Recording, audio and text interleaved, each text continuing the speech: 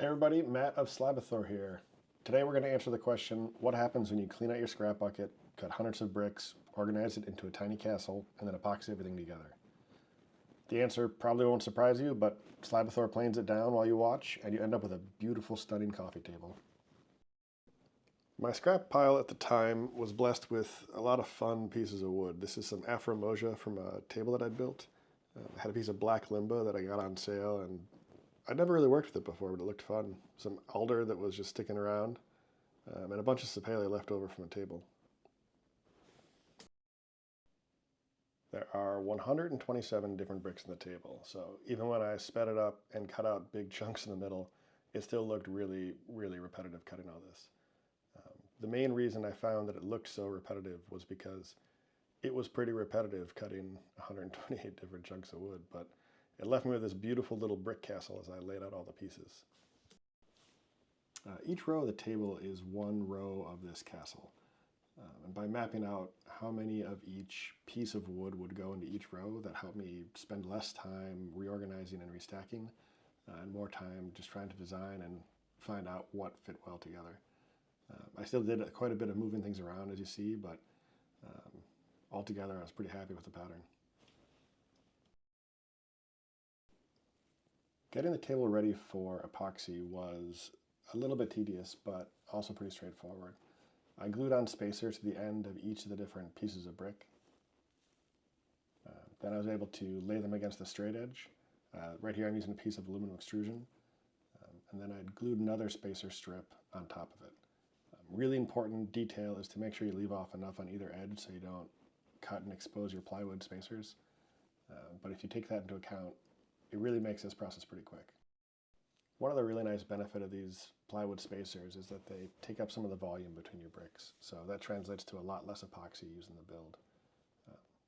Every 4 rows I shifted it out of the way, and when I finally put it all back together, you start to see what the table's going to look like. At this point is the first time I really got pretty excited about what it's going to look like. I used sheathing tape on the bottom instead of building a form. It works pretty well. A strong recommendation though is to put on 2 layers, both horizontal and vertical, and use a name brand that you trust. Each of the sections is only a 1/4 inch thick, but I am pouring it about 2 inches deep, so I did use a deep pour epoxy resin on this one. The eagle-eyed observers that are watching might notice that's a Target Bright Room Essentials storage tub. I ran out of epoxy mixing buckets, so I decided to use this one, but I was really pleased I did because you get a really cool view of a very precisely measured amount of colorant being added to resin.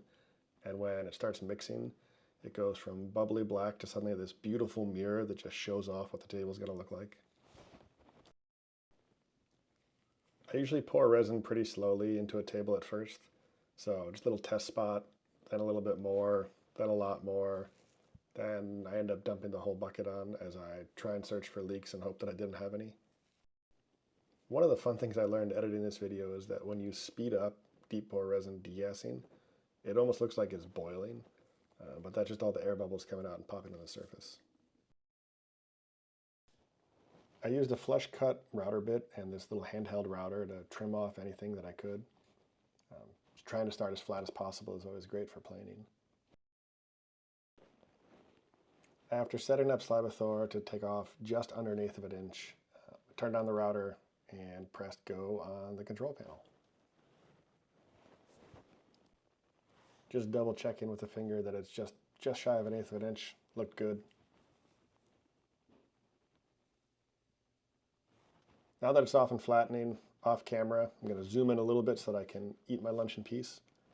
Today was a hamburger, again leftover. I don't do a lot of cooking midday, but I find that lunch leftover from last night is great. The only downside to being distracted by a burger is that I let my phone's battery die once again because I wasn't paying attention to it. So this is all the footage I captured. Luckily I have a couple hours of sanding, but it's so much less enjoyable than watching Slabathor just peel the resin off the top. I put an 1/8 inch radius on all the sides of the table and then sanded it even more. But luckily, the end, adding the finish, was worth every bit of sanding frustration. I don't like to wear a microphone while I'm building because it's a little bit cumbersome, but I think I might have to start when I'm finishing things because this was awesome. I wish I would have captured my first reaction in a much clearer audio, but it really popped when I put on that finish. As we close in on the end of the video and the second side gets its moment in the spotlight, if you have any questions about the steps I've taken or why I did something, feel free to ask a comment below. Sometimes the answer is very much just I did, and sometimes there's a real reason behind what I decided.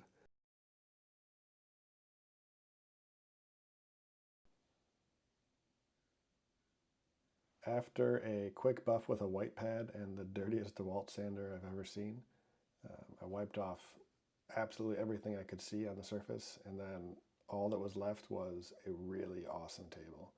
I really am happy with how the different grain patterns compare and contrast, and the epoxy came out just great. Overall, really fun build. So thanks for watching.